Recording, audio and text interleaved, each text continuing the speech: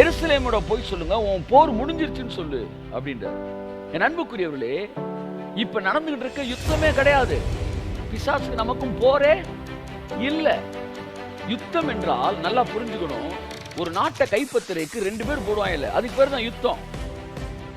நாட்டை ஒருத்தன் கைப்பற்றினதுக்கு அப்புறம் நடந்தா அதுக்கு பேர் யுத்தமே கிடையாது. இதைத்தான் கர்த்தர் சொல்றாரு, 2000 வருஷத்துக்கு முன்னாடி வரைக்கும் நடந்தது போரு, 2000 வருஷத்துக்கு முன்பாக நான் முடிந்ததுன்னு சொன்னப்போ போர் முடிந்தது. இன்றைக்கு மனுக்குலத்துக்கு எதிராக பிசாசன் கொடுத்து கொண்டிருக்கிற அத்தனை வியாதிகளும் போர் அல்ல, அது கலகம். ஆகவே கலகத்தை எப்படி ஒடுக்க வேண்டும்? இருப்பு கரம் கொண்டு ஒடுக்க வேண்டும். கரங்களை தட்டி கர்த்தருக்கு நன்றி சொல்லுவோம். ஆமென், ஆமென்.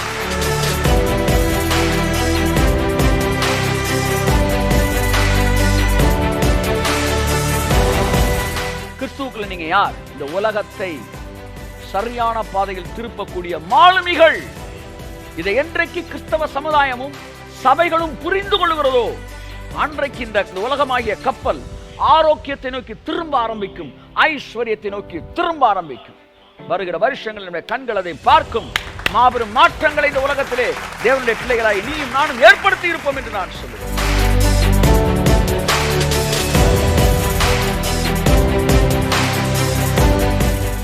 இயேசு கிறிஸ்துவின் நாமத்தினாலே உங்கள் ஒவ்வொருவரையும் நான் உங்களை வாழ்த்தி வரவேற்கிறேன். கர்த்தர் தாமே இந்த மாலை நேரத்தில் நீங்கள் எந்த இடத்திலிருந்து கர்த்தருடைய வார்த்தையை கேட்கிறவர்களா இருந்தாலும் உங்களை நிறைவாய் ஆசீர்வதிப்பாராக. என் அன்புக்குரியவர்களே, தேவனுடைய வார்த்தை நம்மை சிருஷ்டிக்கிறது, நம்மை உருவாக்குகிறது, நம்மை மறுரூபப்படுத்துகிறது. என் அன்புக்குரியவர்களே, ஆக வேதம் தெளிவாய் சொல்கிறது, அவரிடத்தில் எவ்விதமான மாறுதலும் வேற்றுமை நிழலும் இல்லை. ஒரே ஊற்றிலிருந்து நன்மையான தண்ணீரும் தித்திப்பான தண்ணீரும் அதே ஊற்றிலிருந்து ஓர்ப்பான தண்ணீரும் புறப்பட்டு வருமோ? யாக்கோபு கேட்கிறான். ஒரு ஊற்றிலிருந்து நல்ல தண்ணியும் உப்பு தண்ணி எப்படி வரும்? ஒரு ஊற்று நல்ல தண்ணி ஊற்றுன்னா நல்லது மாத்திரம் தான் வரும். ஒரு ஊற்று ஓர்ப்பு தண்ணீரை கொடுக்கணும், ஓர்ப்பு தண்ணீர் மாத்திரம் தான் வரும். தேவன் நன்மை செய்கிறவர் என்றால் நன்மை செய்கிறவராக மாத்திரமே இருக்கிறார். வேதம் சொல்லுகிறது, அவர் நன்மை செய்கிறவராய் சுற்றி திருந்தார். கரங்களை தட்டி கர்த்தருக்கு நன்றி சொல்லுவோம். ஆமென். அருமையான கிறிஸ்தவ சமுதாயமே, முதலாவது ஒன்றை நீங்கள் புரிந்து கொள்ளுங்கள். எவ்வளவு நேரம் நீங்கள் ஜெபிக்கிறீங்க, எத்தனை மணி நேரம் ஜெபிக்கிறீங்க, எல்லாம் ரைட்டு தாங்க, எல்லாம் ரைட்டு. ஆனால் என்ன மனநிலையோடு ஜெபிக்கிறீர்கள்?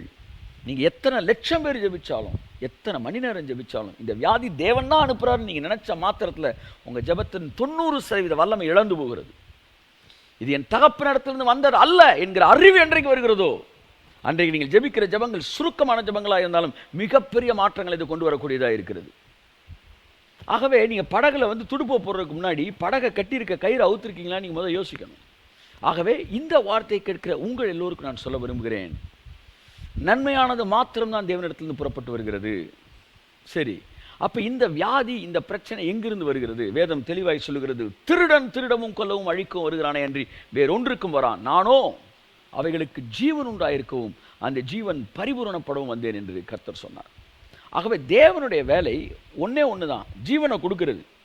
அப்போ அதை கொடுத்துட்டாரா? இயேசு சொந்த ரட்சகரை ஏற்றுக்கொண்டு ஒவ்வொருவரும் அந்த ஜீவனுக்குள் பிரவேசித்திருக்கிறோம். நானே வழியும் சத்தியமும் ஜீவனும் என்று சொன்னார். அப்போ இயேசு எனக்குள்ள இருக்காருன்னா என்ன அர்த்தம்? ஜீவன் எனக்குள்ள இருக்குன்னு அர்த்தம். கைத்தடுங்க ஒரு ஆமென், பிரைஸ் காட், ஹல்லேலூயா. ஓகே, அப்போ ஜீவன் வந்த உடனே வேலை முடிஞ்சிருச்சா? இல்லை. அவர் சொல்ல, நானும் உங்களுக்கு ஜீவன் உண்டாயிருக்கவும் அந்த ஜீவன் பரிபூரணப்படவும் வந்தேன். அப்போ ஒவ்வொரு நாளும் உங்களுக்குள்ள இருக்கிற ஜீவனை அவர் பரிபூரணமாக்கி கொண்டே இருக்கிறார். நேற்றைய நாளை விட இன்றைய நாளிலே எனக்குள் இருக்கிற ஜீவன் அதிகம் அடைந்திருக்கிறது, பரிபூரணத்தை நோக்கி போய் கொண்டிருக்கிறது. ஒவ்வொரு நாளும் சூரியன் நண்பகல் வரைக்கும் அதிகமாய் பிரகாசிப்பது போல என்னுடைய வாழ்க்கையினுடைய எல்லை என்னோடு கூட இருக்கிறவர்கள் எல்லோருடைய வாழ்க்கையிலும் அந்த வெளிச்சம் அதிகமாகிக் கொண்டே வருகிறது. என் அன்புக்குரியவர்களே, ஆகவே இந்த உலகத்தில் இருக்கிற நம்மீது நமக்குள் இருக்கிற இந்த ஜீவன் அது என்ன செய்து கொண்டே இருக்கிறது? பரிபூரணம் அடைந்து கொண்டே இருக்கிறது. ஆகவே அன்புக்குரியவர்களே, நமக்குள்ள இருக்கிற ஜீவனுக்குள்ளே ஒரு வேலை நடந்து கொண்டே இருக்கிறது. அந்த ஜீவன் பரிபூரணமாகி கொண்டே வருகிறது. இது மாத்திரம்தான் தேவனுடைய வேலை. திருடன் திருடவும் கொல்லவும் அழிக்க வருகிறான். முதலாவது, சபையானது வியாதிக்கு எதிராக வியாதியை அழிக்கத்தக்கதாக தன்னை வல்லமையை செயல்படுத்துவதற்கு முன்பாக முதலாவது எங்கிருந்து வந்தது என்பதை குறித்து மிக தெளிவானதாய் நாம் சபையானது இருக்க வேண்டும் என்று நான் சொல்லுகிறேன். ஆமென், பிரைஸ் காட். என் அன்புக்குரியவர்களே, ஜான் ஜி லேக்கருடைய வாழ்க்கையில் நடந்த சம்பவத்தில் ஒன்று, அவருடைய குடும்பத்திலே ஒருவர் பின் ஒருவராக வியாதியில் மறிச்சுக்கிட்டே இருக்கிறாங்க. எத்தனையோ பேர் வந்து அவரை சுற்றிலும் அந்த அதாவது இதே போல் ஒரு வைரஸினாலே இறந்து கொண்டு இருந்தார். இதை விட கொடுமையான வைரஸ் அது. இறந்து கொண்டு இருக்கும்போது ஒரு நாள் மிகுந்த ஜெபித்து கொண்டு இருந்தபோது மிகுந்த கோபத்தில், நான் இவ்வளோ ஜோம் பண்ணியும் ஒன்றுமே நடக்கலையே, யாருமே சோகமாகலேன்ற கோபத்தை அந்த பைபிள் என்ன செஞ்சிட்டார், தூக்கி எரிஞ்சிட்டார். எரிஞ்ச உடனே அந்த விழுந்த பைபிள் அப்படியே புரண்டு நிற்குது.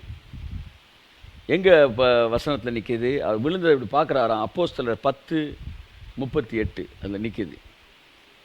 அப்போஸ்தலர் 10:38 நான் வாசிக்க விரும்புகிறேன்.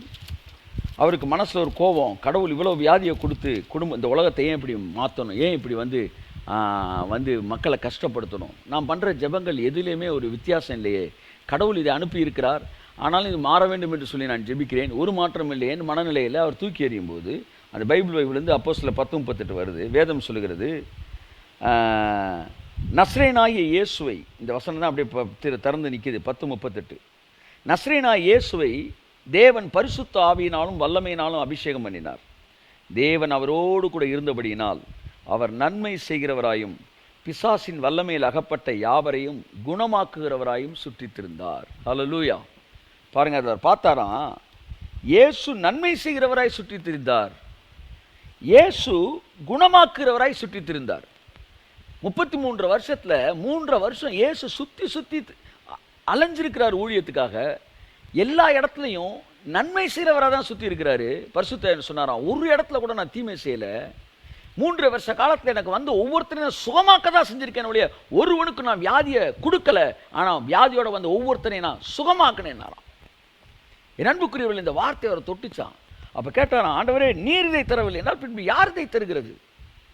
யோபு ஜெபிச்சான். அவன் நினச்சிக்கிட்டு இருந்தான் அவன் வாழ்க்கையில் நடந்த எல்லா சம்பவத்துக்கும் கர்த்தர் தான் காரணம்னு. கர்த்தர் கொடுத்தார், கர்த்தர் எடுத்தார்னு பேசிக்கிட்டு இருந்தான். அப்போ அவன் நண்பர்கள் சொல்கிறாங்க, இது கடவுள் அப்படி செய்யலப்பா, கடவுள் அப்படி செய்கிறவர் கிடையாதுன்னு பேசும்போது யோபு சொல்றா, நீர் இதை செய்யவில்லை என்றால் பின்பு யார் இதை செய்கிறது அப்படின்னா. கடவுளை குறித்த முழு வெளிப்பாடு யோபுக்கு இல்லை, அதே நேரம் பிசாசை குறித்த சுத்தமான வெளிப்பாடு அவனுக்கு கிடையாது.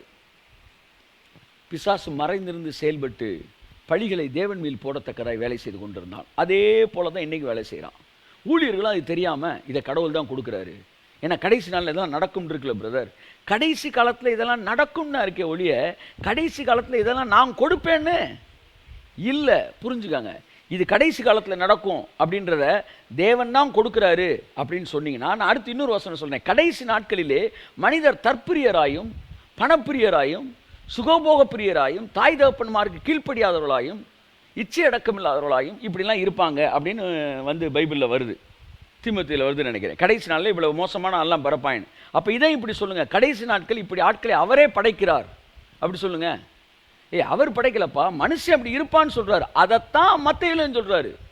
நான் அதை அனுப்ப மாட்டேன், இதெல்லாம் நடக்கும். மனுஷன் தற்பிரியராக இருக்கும்போது சுகபோக பிரியராக இருக்கும்போது மனுஷனே இந்த வியாதியை கொண்டு வருவான் பிசாசின் கையால் இருந்து. அப்போ நன்றாக புரிந்துகள், முதலாவது இது தேவனால் கொடுக்கப்படுகிறது அல்ல, இது பிசாசினால் உண்டாக்கப்படுவது என்கிற தெளிவு தான் வியாதிக்கு உங்களை எதிர்த்து நிற்க வைக்கிறது. அப்போ இன்னைக்கு காலையில் நான் ஜோம் பண்ணி, ஆண்டவரே ஒரு பெரிய யுத்தம், ஒரு ஆவிக்குரிய ஸ்பிரிச்சுவல் வார் நடந்துக்கிட்டு இருக்கு. இப்போ தான் நான் மேட்ருக்குள்ளே வரேன். ஸ்பிரிச்சுவல் வார் நடந்துக்கிட்டு இருக்கு. இந்த யுத்தத்தில் ஆண்டவரே எங்களுக்கு நீ ஜெயிப்பதற்கு கிருபை தந்து கொண்டு இருக்கிறதுக்காக நன்றி சொல்கிறோம். ஆண்டவரே யுத்தத்தில் நாங்கள் ஜெயிப்போம், இந்த உலகம் மாறும் அப்படின்னு பேசும்போது கர்த்தர் சொன்னார், இது யுத்தம் அல்ல அப்படின்றார் ஆவியானவர். இது யுத்தம் அல்ல அப்படின்றார். என்ன ஆண்டவர் யுத்தம் இல்லைன்றீங்க அப்படின்போது கர்த்தர் சொல்கிறாரு, யுத்தம் எல்லாம் நீங்கள் பண்ணுறதுக்காக நான் எதையுமே வச்சுட்டு போல, உங்கள் எல்லாரோட யுத்தத்தையும் 2000 வருஷத்துக்கு முன்னாடி சிலுவையில் நான் எல்லாத்தையும் செஞ்சு முடிச்சிட்டேன். I have finished all kinds of wars. எல்லா வாரும் நான் முடிச்சிட்டேன். அதனால தான் கர்த்தர் சொன்னார், எல்லாம் முடிந்தது அப்படின்னாரு. ஸோ நோ மோர் வார், யுத்தமே கிடையாது, யுத்தத்தை நான் செஞ்சு முடிச்சிட்டேன். இன்னும் தெளிவாக நீங்கள் வாசிக்கணும்னா, 2000 வருஷத்துக்கு முன்பாக சிலுவையில் இயேசு முடிக்க போவதை அதற்கு முன்பாக 3000 வருஷத்துக்கு இங்கிருந்து 3500 வருஷத்துக்கு முன்னாடி தீர்க்கதரிசிகள் சொல்லியிருக்கிறாங்க. குறிப்பாக வந்து ஏசாயா வந்து 40ஆம் அதிகாரத்தில் நடக்க போகிற இயேசு சிலுவையில் முடிக்க போகிறதா 40ஆம் அதிகாரம் 1 வசனம் 2 வசனத்தை வாசிக்கிறேன். அவர் சொல்கிறாரு, 40:1-2, என் ஜனத்தை ஆற்றுங்கள், தேற்றுங்கள், எருசலேமுடன் பட்சமாய் பேசி அதன் போர் முடிந்தது என்றும், போர் முடிந்தது என்றும், அதன் அக்கிரமம் நிவர்த்தி ஆயிற்று என்றும், அது தன் சகல பாவங்களின் நிமித்தம் கர்த்தருடைய கையில் இரட்டிப்பாய் அடைந்து தீர்ந்தது என்றும் அதற்கு கூறுங்கள் என்று உங்களுக்கு சொல்லுகிறேன். கரங்களை தட்டி கர்த்தருக்கு நன்றி சொல்லு. ஆமாம், நன்றி சொல்லு. எருசலேமோட போய் சொல்லுங்க, உன் போர் முடிஞ்சிருச்சுன்னு சொல்லு அப்படின்றாரு. என் அன்புக்குரியவர்களே, இப்ப நடந்துகிட்டு இருக்க யுத்தமே கிடையாது. பிசாசுக்கு நமக்கும் போரே இல்லை. யுத்தம் என்றால் நல்லா புரிஞ்சுக்கணும், ஒரு நாட்டை கைப்பற்றுறதுக்கு 2 பேர் போடுவாங்க இல்லை, அதுக்கு பேர் தான் யுத்தம். நாட்டை ஒருத்தன் கைப்பற்றினதுக்கு அப்புறம் நடந்தா அதுக்கு பேர் யுத்தமே கிடையாது. இதைத்தான் கர்த்தர் சொல்றாரு, 2000 வருஷத்துக்கு முன்னாடி வரைக்கும் நடந்தது போர், 2000 வருஷத்துக்கு முன்பாக நான் முடிந்ததுன்னு சொன்னப்போ போர் முடிந்தது.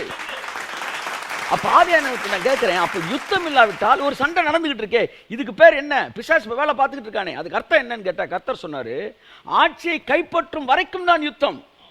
ஆட்சியை ஒருவன் கைப்பற்றின பிறகு அவனுக்கு எதிராக ஒன்றை செய்தால் அதற்கு பேர் கலகம். கையை தட்டுவது. ஆமென், ஆமென், ஆமென். என் அன்புக்குரியவர்களே, இன்றைக்கு பிசாசு மனுக்குலத்தின் மீது ஒரு யுத்தத்தை செய்யவில்லை. யுத்தம் என்பது நேர்மையானது, யுத்தம் என்பது சட்டபூர்வமானது. பிசாசனுக்கு நமக்கு இடையில இப்ப யுத்தமே கிடையாது. ஏன்னா நம்ம ஆட்சிக்கு வர்றதுக்கு முன்னாடி தான் யுத்தம் பண்ணணும். நம்ம ஆட்சிக்கு வந்துட்டோம். நான் சொல்றது எதை? ராஜரீகத்தை சொல்றேன். உன்னதங்களில் அவரோடு கூட உட்கார்ந்து இருக்கிறோம். அதான் நான் பேசிட்டு இருக்கிறேன்.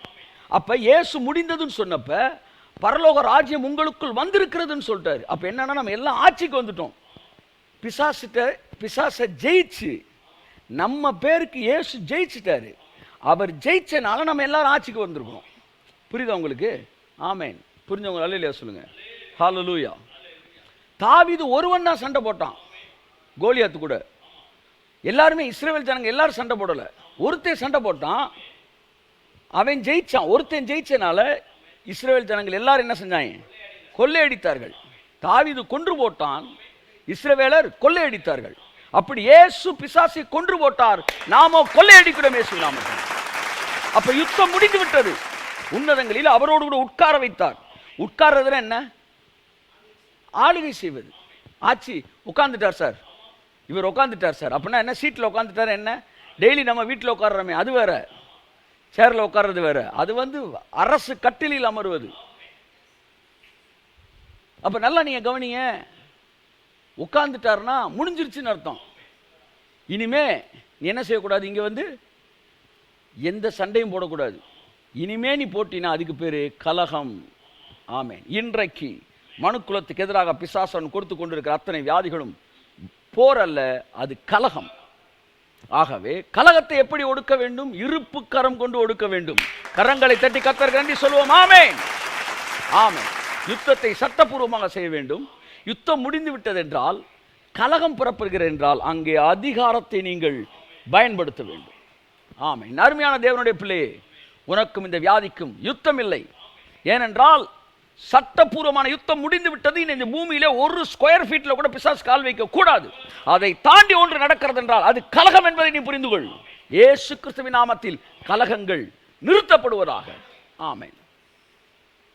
இருப்பு கரம் கொண்டு ஒடுக்கப்படுவதாக. ரீமானா சாந்துராமானா ஹாந்தோராபாலபதியாங்கராபாலபரா. It is illegal attack. பிசாசினை பண்ணி கொண்டிருக்கிறது என்ன? Illegal attack. அதனால இயேசு கிறிஸ்து தன்னுடைய ஊழியத்திலே ஜனங்களை பார்த்து, வியாதி உள்ளவர்களை எல்லாம் பார்க்கும்போது என்ன செஞ்சார்னா, he rebuked it. He rebuked the fever. He rebuked the sickness. He cast out the sickness. He cast out devil. And the sick people, they were healed. பிசாசை துரத்தினாராம். வியாதியஸ்து என்ன ஆயிட்டான்? சுகமாயிட்டான். அவர் காய்ச்சலை கடிந்து கொண்டார். ஏன்? It is illegal. It is illegal. என் அன்புக்குரியவர்களே, ஆகவே வேத வசனம் சொல்லுகிறபடி நாம் இப்போது யுத்தத்தில் இல்லை. ஏனென்றால் யுத்தம் முடிவடைந்தது. பழைய ஏற்பாட்டில் யுத்தம் நடந்துச்சு. அந்த யுத்தத்துக்கு கர்த்தரே பொறுப்பெடுத்தார். இந்த யுத்தம் உங்களுடையது அல்லன்னு சொன்னார். ஸோ ஒரு தெளிவுக்குள்ள இன்றைக்கி நம்ம கடந்து வரணும். இன்றைய நாட்களிலே மனுக்குலத்தின் மீது கொடுக்கப்படுகிற இந்த தாக்குதல் சட்டத்திற்கு புறம்பானது, வேத வசன சட்டத்திற்கு புறம்பானது. நீயோ உன் குடும்பத்தினரோ மற்றவர்களோ தாக்கப்படுவதற்கு எந்த விதமான சட்டபூர்வமான அனுமதியை வேதம் உங்களுக்கு தரவில்லை. Devil doesn't have any legal rights to touch me, to attack me. எனக்கு எதிராக என்னை தொடுவதற்கு பிசாசுக்கு எந்த விதமான சட்டபூர்வமான அதிகாரம் இல்லை. காரணம், எல்லாவற்றையும் சிலுவையிலே அவர் முடித்திருக்கிறார். சர்வ வல்லமையுள்ள தேவன் ராஜரிகம் பண்ணி கொண்டிருக்கிறார். உன்னதங்களில் அவரோடு கூட நாங்கள் உட்கார்ந்திருக்கிறோம். ஒரு மாபெரும் ஆளுகையில் அவரோடு நாங்கள் இணைந்திருக்கிறோம். இந்த பூமியை ஆளுகை செய்யத்தக்க கர்த்தரங்களை வைத்திருக்கிறார். என் அன்புக்குரியவர்களே, 1000 எதிர்மறையான காரியங்கள் உங்களை சுற்றி நடந்தாலும் ஒரு கூட்ட ஜனங்கள் அழுது கொண்டு இருக்கலாம், தவறில்லை. ஆனாலும் என் அன்புக்குரியவர்களே, பலவிதமான எதிர்மறையான சூழ்நிலையில் நான் ஜெபிச்சுக்கிறேன். ஆண்டவரே, சூழ்நிலை எதிர்மறையாக இருக்குது, எத்தனை பேர் தாக்கப்பட்டிருக்கிறாங்க, கஷ்டமாக இருக்குது மனசு. இந்த நேரத்தில் போய் தேவன் உங்களை ஆளுகை செய்கிறார், நாம் உன்னதங்களில் அவரோடு உட்கார்ந்துருக்கோன்னு எப்படி பேசுறது? அப்போ கர்த்தர் சொன்னார், ஒன்று அவங்களோட கூட போய் நீ என்ன செய். அவங்க கஷ்டப்படுறாங்க, ரைட்டு, ஆனால் அவர்களை கண்ணீரை துடைக்கணும்னா நீ உன்னுடைய கடமையை செய்ய வேண்டும். ஒரு பக்கம் பாருங்க, ஜனங்கள் கஷ்டப்பட்டு கொண்டு இருக்கும்போது நாமும் சேர்ந்து அதுக்கு அந்த வருத்தமும் அந்த அன்பும் என்ன செய்யணும்னா நம்முடைய அதிகாரத்தை தான் கையில் எடுக்கணும். ஒரு கப்பல் என்ன செய்கிறது, போய் கொண்டு இருக்கிறது. அந்த கப்பல் ஒரு விதமான தவறான ஒரு பாறையில் போய் மோத போதுன்னு போது அங்கே இருக்கிற எல்லா ஜனங்களும் உள்ளே இருக்கிறவங்க அந்த அந்த அந்த பிரயாணம் செய்கிறவர்கள் எல்லாம் அழுவாங்க. ஐயோ, கொஞ்ச நேரத்தில் படகு மோத போகுதுன்னு. இல்லை, ஒரு ஃப்ளைட்டில் போடுறோம், திடீர்னு ஃப்ளைட் என்ன ஆகுது, இது ஆகுது, அலக்களிக்கப்படுதுன்னு போது ஜனங்கள் அழுவாங்க. உடனே அந்த பைலட்டும் உட்காந்து அழுதுகிட்டு இருந்தாருன்னா அப்போ அவருக்கு உணர்ச்சி இருக்கக்கூடாது. அவருக்கு உணர்ச்சி இருக்கணும். அந்த உணர்ச்சியை அழுகிறதுல காட்டக்கூடாது, ஃப்ளைட்டை சரியாக கொண்டு போகிறதுல காட்டணும். ஆமென். தேவனுடைய பிள்ளையாகி நீ நானும் உலகம் ஒரு மோசமான எதிர்மறையான சூழ்நிலையில் இருந்தாலும் மக்கள் கண்ணீரும் கவலையிலும் இருக்கும்போது அந்த கண்ணீரையும் கவலையும் நீ இன்னொரு அழுகையில் காட்டக்கூடாது, உன்னுடைய அதிகாரத்திலே காட்ட வேண்டும். உன்னுடைய கடைசி மூச்சு வரை ஃப்ளைட்டை எடுத்து நேராக கொண்டு போய் அதை சரியாக பறக்க வைக்கிறது தான் அந்த பைலட்டுக்கு முழு முயற்சியும் இருக்க வேண்டும். அப்படித்தான் ஒரு கேப்டனுக்கு அந்த கப்பலை கடைசி நிமிடம் வரை அந்த அந்த விபத்திலிருந்து காப்பாற்றுவதில் தான் தனது முழு கவனத்தை செலுத்தி தன்னுடைய வேலையை செஞ்சுக்கிட்டு இருக்கணும். இங்கே மக்கள் அழுதுகிட்டு இருந்தாலும் நான் இந்த வேலையை செஞ்சுக்கிட்டு இருக்கணும். ஏன்னா நான் செய்ய போகிற இந்த வேலை தான் லட்சக்கணக்கான பேரோட கண்ணீரை துடைக்க போகிறது என்பதை கிறிஸ்தவனாக மறந்து போகக்கூடாது. சில நேரம் இழப்புகள், சில நேரம் பிரச்சனைகள், சில நேரம் மனதை உடைக்கக்கூடிய சம்பவங்கள் இருக்கலாம். அதற்காக நம்ம டியூட்டியை, நம்முடைய கடமையை செய்ய மறக்கும் போது என்ன நடக்கிறது என்றால், தொடர்ந்து ஜனங்களுக்கு விடியல் இல்லாததாக இருந்து விடாதபடிக்கு நாம் நம்முடைய வேலையை சிறப்பாய் செய்ய வேண்டும். இவைகளின் மத்தியிலே நாம் யார் என்பதை புரிந்து கொண்டவர்களாய், அதான் நான் கேட்டேன், ஆண்டவரே, மக்கள் பிரச்சனையில் இருக்கும்போது ஒரு விதமான எதிர்மறையான சூழ்நிலை மாதிரி பிசாசு இது கொஞ்ச நேரத்தை காணாமல் போயிடும். எனிஹாவ் இன்னைக்கு இது மோசமான விளைவுகளை கொடுத்துக்கிட்டு இருக்கு. இந்த நேரத்தில் போய் கிறிஸ்துவுக்குள்ள நான் யாரு, அதுதான் நீங்கள் என் சப்ஜெக்ட். நான் பேச போகிறேன், கிறிஸ்துவுக்குள்ள நான் யாரு, நான் எங்கே இருக்கிறேன், இதெல்லாம் பேசிகிட்டு இருக்க முடியுமா? அப்படின்னா இதை பேசினா தாண்டா அவன் சரியாக முடியும். ஒரு பைலட் இங்கே அழுதுகிட்டு இருக்கும்போது பக்கத்தில் கண்ணீரை தொடச்சிக்கிட்டு இருக்கக்கூடாது. ஏன்னா ஃப்ளைட் வேற மோசமாக போயிட்டு இருக்கிற நேரம் இந்த மக்களோட சேர்ந்து அவன் அழுதுகிட்டு இருக்கக்கூடாது. என்னங்க நாங்கள் அழுதுகிட்டு இருக்க, நீங்கள் உள் ரூமில் என்னங்க பண்ணிட்டு இருக்கீங்கன்னா, அவர் தன்னுடைய முழு கவனத்தை உங்கள் கண்ணீரை துடைப்பதற்கு சரியான பாதையில் நடத்த வேண்டும். அப்படித்தான் இந்த பூமியில் தேவன் உங்களை என்னையும் வச்சிருக்கிறாரு. நம்ம எதற்காக அழைக்கப்பட்டிருக்கிறோம்? என் அன்புக்குரியவர்களே, இந்த உலகத்தை மறுரூபமாக்குவதற்கு அழைக்கப்பட்டிருக்கிறோம். ஆகவே நம்முடைய முழு முயற்சியும் கிறிஸ்துவுக்குள் நம்ம யாரு, நம்ம பேசுகிற வாயின் வார்த்தையின் வல்லமை என்ன, நம்ம பேசும்போது என்ன நடக்கிறது, என்ன வித மாற்றங்களை ஏற்படுத்துகிறது, இந்த உலகம் எப்படி மறுரூபமாகிறது என்பதில் தான் மறுபடி நாம் கவனம் செலுத்த வேண்டும். கிறிஸ்துவுக்குள் நான் யார், கிறிஸ்துவுக்குள் நான் யார் என்பதை நாம் பேசும்போது என்னங்க வியாதியை பற்றி பேசல, வியாதியை மாத்திரைக்கு தான் பேசிக்கிட்டு இருக்கிறோம். மறந்து போகக்கூடாது. என் அன்புக்குரியவர்களே, ஆகவே உன்னதங்களில் அவரோடு உட்கார்ந்து இருக்கிறோம். நல்லா நீங்கள் கவனிக்கணும், உன்னதங்களில் நான் மட்டும் உட்காரல. ஒரு ஆறுதலான விஷயம், என் கூட அவர் இருக்கார். அவர் மட்டும் உட்காரல, ஒரு தைரியமான விஷயம், நானும் உட்கார்ந்துருக்கிறேன். ஆமாம், அது கூட இருக்கிறவர் யார்? மணவாளன். நான் யார்? மணவாட்டி. மணவாளன் எப்படி மணவாளன்? நீங்கள் சொல்கிறதுக்கெல்லாம் ஆமேன்னு சொல்கிற மணவாளன். அப்போ என் மகனே மகளே, நீயும் நானும் என்ன சித்தம் யோசிக்கிறோமோ அந்த இடத்துக்கு தான் கப்பல் போகுது. ஆமேன். தேவனை போக்கே அதுதான். இப்போ உன்னதங்கள் அவரோடு இருக்கிறோம். எத்தனை பேச வரேன். ஒன்றை இன்னைக்கு நான் பேசுனதில் முதல் விஷயம் என்ன பேசுகிறேன்னா, வியாதி தேவனால் கொடுக்கப்படுவது அல்ல. ரெண்டாவது, வியாதி பிசாசினால் கொடுக்கப்படுகிறது. மூணாவது, இந்த வியாதியை சுகமாக்குவதற்கு தான் தேவன் என்ன செய்கிறார்? 3 வருஷம் பூமியில் வேலை பார்த்தார். கடைசியில் சிலுவையில் ஒட்டுமொத்தமாய் முடித்தார். நாலாவது, ரொம்ப முக்கியமான பாயிண்ட்டு, இன்றைக்கு நடந்து கொண்டிருப்பது யுத்தம் அல்ல, இன்றைக்கு நடந்து கொண்டிருப்பது கலகம். யுத்தம்னா அதுக்கு சில மரியாதை இருக்கு. இன்னைக்கு அது பிசாசு சிலுவையில் பண்ணதான் யுத்தம். யுத்தம் முடிஞ்சு ஆட்சியில் உட்காந்துட்டாரு. இப்போ நீ வியாதியை கொடுத்தா கலகம். இயேசு கிறிஸ்துவின் நாமத்தில் இருப்பு கரம் கொண்டு ஒடுக்குகிறேன். நாளை இந்நேரம் இருக்கக்கூடாது. இயேசு நாமத்தில் கரங்களை தட்டி கர்த்தர் நன்றி சொல்லுவோம். ஆமென், ஆமென். நம்முடைய ஜெபங்கள் பெரிய மாற்றத்தை ஏற்படுத்துகிற அன்புக்குரியவர்களே. வியாதியிலிருந்து ஜனங்கள் நிறைய விடுதலை ஆகிட்டு இருக்காங்க. குணமாகிற அந்த பர்சன்டேஜ் என்ன செஞ்சுக்கிட்டு கூடிக்கிட்டே வருது. வியாதியோட தாக்குதல் குறைஞ்சிக்கிட்டே வருது. என் அன்புக்குரியவர்களே, 0% வந்துடும். அது இருக்காது. தெரிந்து கொள்ளப்பட்டவர்கள் நிமித்தம் அந்த நாட்கள் எல்லாம் குறைக்கப்படும். எல்லா மாற்றங்களும் ஏற்படும். ஆமென், ஆமென். ஸோ அப்போ நீங்கள் சொல்கிறத வச்சு பார்த்தா இது கலகம்தான்னா, அப்போ அதை இருப்பு கரம் கொண்டு அடக்கணும்னா, அப்போ அது என் மேலே தான் முழு பொறுப்பு இருக்கா? உங்கள் மேலே பொறுப்பு இருக்குது. உங்கள் மேலே பொறுப்பு இருக்கிறது சந்தோஷமான விஷயம். ஆனால் நான் ஒன்றும் செய்யலைன்னா அப்போ ஒன்றுமே நடக்காதா? பயப்படாதீங்க, உங்கள் கூட கர்த்தர் இருக்கிறார். நீங்கள் மிஸ் பண்ணும்போது அவர் உங்கள் கூட இந்த வேலையை செய்வார். ஆமென். நீங்கள் 2 பேர் சேர்ந்து தான் போயிட்டுருக்கிறீங்க. இன்னைக்கு காலை இந்த செய்தியை எடுத்துக்கிட்டு இருக்கும்போது எனக்கு ஒரு சம்பவம் ஞாபகம் வந்துச்சு. முத கார் டிரைவிங்க்கு என்ன செய்கிறேன், நான் என்ன செய்கிறேன், போய் என்ன செய்கிறேன், கார் டிரைவிங்கில் ஜாயின் பண்ணுறேன். முதல் நாள் காரில் உட்கார வச்சுட்டேன். என்ன ஸ்டேரிங்கை கொடுத்துட்டான். கொடுத்த உடனே ஓட்டுங்க தம்பின்றான். எங்கேருந்து? டிரைவிங் ஸ்கூல்லேருந்து. நான் நேராக ஒரு பைபாஸ் ரோட்டு கூப்பிட்டு போவான். அப்படியே நம்ம ஜல்லுன்னு என்ன செய்யலாம், ஓட்டலாம் அப்படின்னு நினச்சோன்னா அவன் நேராக வண்டியை கிளப்பின கொஞ்ச நேரத்தில் ஒரு கல் சந்து இருக்குது. கல் சந்துன்னா தெரியுமில்ல உங்களுக்கு? அது சந்து கூட கிடையாது, கல் போட்டிருப்பாங்க. எய்த்த வீட்டிலேருந்து பேசுனா பக்கத்து வீட்டு கேட்கும். அப்படி ஒரு சந்து. அவன் வண்டி அப்படியே உள்ளே விடுன்ட்டான். நடந்த சம்பவத்தை சொல்கிறேன். நான் சொன்னேன், சார் என்ன சார் கல் சந்துக்களை விட சொல்கிறீங்க? போப்பா. சார் பைபாஸில் போ, உள்ளே போ. இதெல்லாம் நான் கடைசியாக வரும் பிஹெச்டி லெவல் நினச்சேன். அவன் எல்கேஜி அதான்டா உள்ளே போடான்ட்டான். போயிட்டே இருக்கேன். சார் என்ன சார் இந்த சார் ஏற்றா பிளால் வருது, டக்குன்னு கிளச்சை பிடிச்சி பிரேக்கை போடுன்றான். அப்படியே கிளச்சு லெஃப்ட்டு தான் கிளச்சு, டக்குன்னு பிடிச்சி அப்படியே பிரேக்கை போடும். அப்படியே பிரேக்கை லூஸ் பண்ணு. ரைட்டாக அப்போ ஆக்சிலேட்டரை கால வேண்டாம் வச்சு. அப்புறம் அப்படியே விட போயிட்டாரா? அவர் போயிட்டார். அவர் பெல் அடிச்சுட்டு அப்படியே போயிட்டார் சைடில். நான் ஜல்லுன்னு வண்டி எடுத்து ஓட்டிட்டு இப்படியே போயிட்டே இருக்கிறேன். எங்கே பிரேக் அடிக்கணும்? பிரேக்கு, கிளச்சு, ஆக்சிலேட்டர் 3க்கும் ரொம்ப வேலை. பைபாஸில் கிடையாது. பைபாஸில் 10 நிமிஷத்துக்கு ஒரு தான் பிரேக்கே வரும். அவன் தெளிவாக இங்கே கூப்பிட்டு வந்துட்டான். ஏன்னா இங்கே 2 செகண்டுக்கு ஒரு தான் நீ பிரேக் அப்ளை பண்ணணும். கிளச்சை பிடிச்சி பிரேக்கை பிடிக்கணும். அடுத்து பிரேக்கை விட்டுட்டு கிளச்சை விட்டுட்டு ஆக்சிலேட்டர் கொடுக்கணும். 3க்கு வேலை டக்கு டக்கு நடந்துக்கிட்டு இருக்கு. என்னடா இப்படி பண்ணிட்டானே? நான் பக்கத்தில் இருக்கிறான். திடீர்னு ஒருத்தர் ஒரு அயன் வண்டியோடு வராரு. டக்குன்னு பிரேக்கை போடுன்றான் பாருங்க. டக்குன்னு எனக்கு எது பிரேக்குன்னு தெரியல. காலை எடுத்துட்டு இப்படியே யோசிச்சுக்கிட்டு இருக்கிறேன். கிட்டக்கு வந்துட்டான். தூக்கிட்டோண்டான்னு கண்ணை மூடலை. தூக்கிட்டோண்டான்னு பார்க்குறேன். வண்டி கிட்டக்கு போய் அதுவா நின்றுச்சு. என்னடா பிரேக்கே அமுக்கில் நிற்கிதுன்னு பார்க்குறேன். பக்கத்தில் பார்த்தா அவன் ஒரு பிரேக் வச்சிருக்கிறான். என்ன சார் வண்டி நின்றுச்சுன்னு? ஒன்னெல்லாம் நம்பி வண்டியை கொடுக்க முடியுமாயா?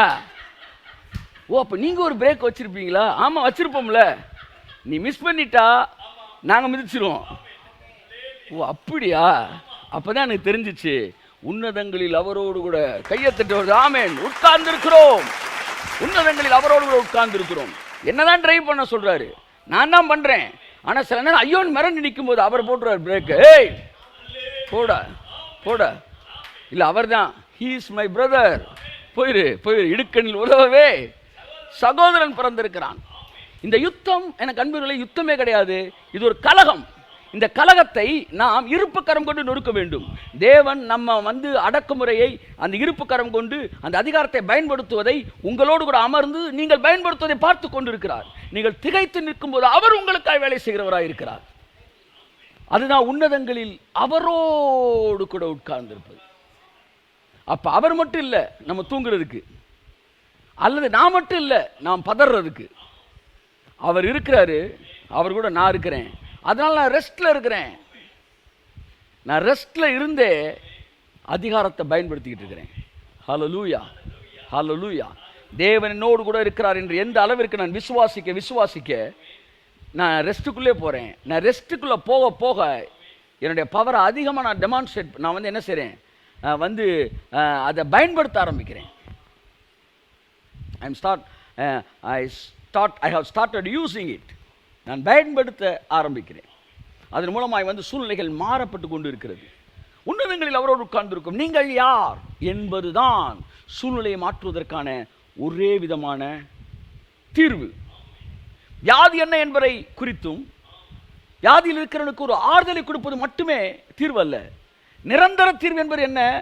நிரந்தர தீர்வு என்பது நான் யாரு, இந்த உலகம் யாருடைய உலகம், என் ஜனங்கள் ஏன் அழ வேண்டும் என்பதை என்றைக்கு நீங்கள் புரிந்து கொள்கிறீர்களோ அப்பொழுதுதான் நீங்கள் ஆட்சி கட்டில் இருக்கிறீர்கள்.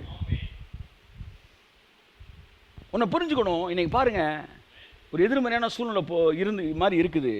நேற்றைக்கு இன்றைக்கு பரவாயில்ல, இன்றைக்கு நாளை நாள் இன்னும் இதாயிரும். ஆனால் இதுவே இருக்கக்கூடாது. டேட்டை நீ ஃபிக்ஸ் பண்ணக்கூடாது. என்னைக்கு போறேன்னு நான் ஃபிக்ஸ் பண்ணணும் இயேசு நாமத்தில். ஆமென் சொல்லுங்க. கோலியாத் என்னைக்கு சாணுன்றது கோலியாத் ஃபிக்ஸ் பண்ணக்கூடாது, தாவீது தான் ஃபிக்ஸ் பண்ணணும். கையை தட்டுங்க ஒருத்தர். ஆமென், ஆமென், ஆமென், ஆமென்.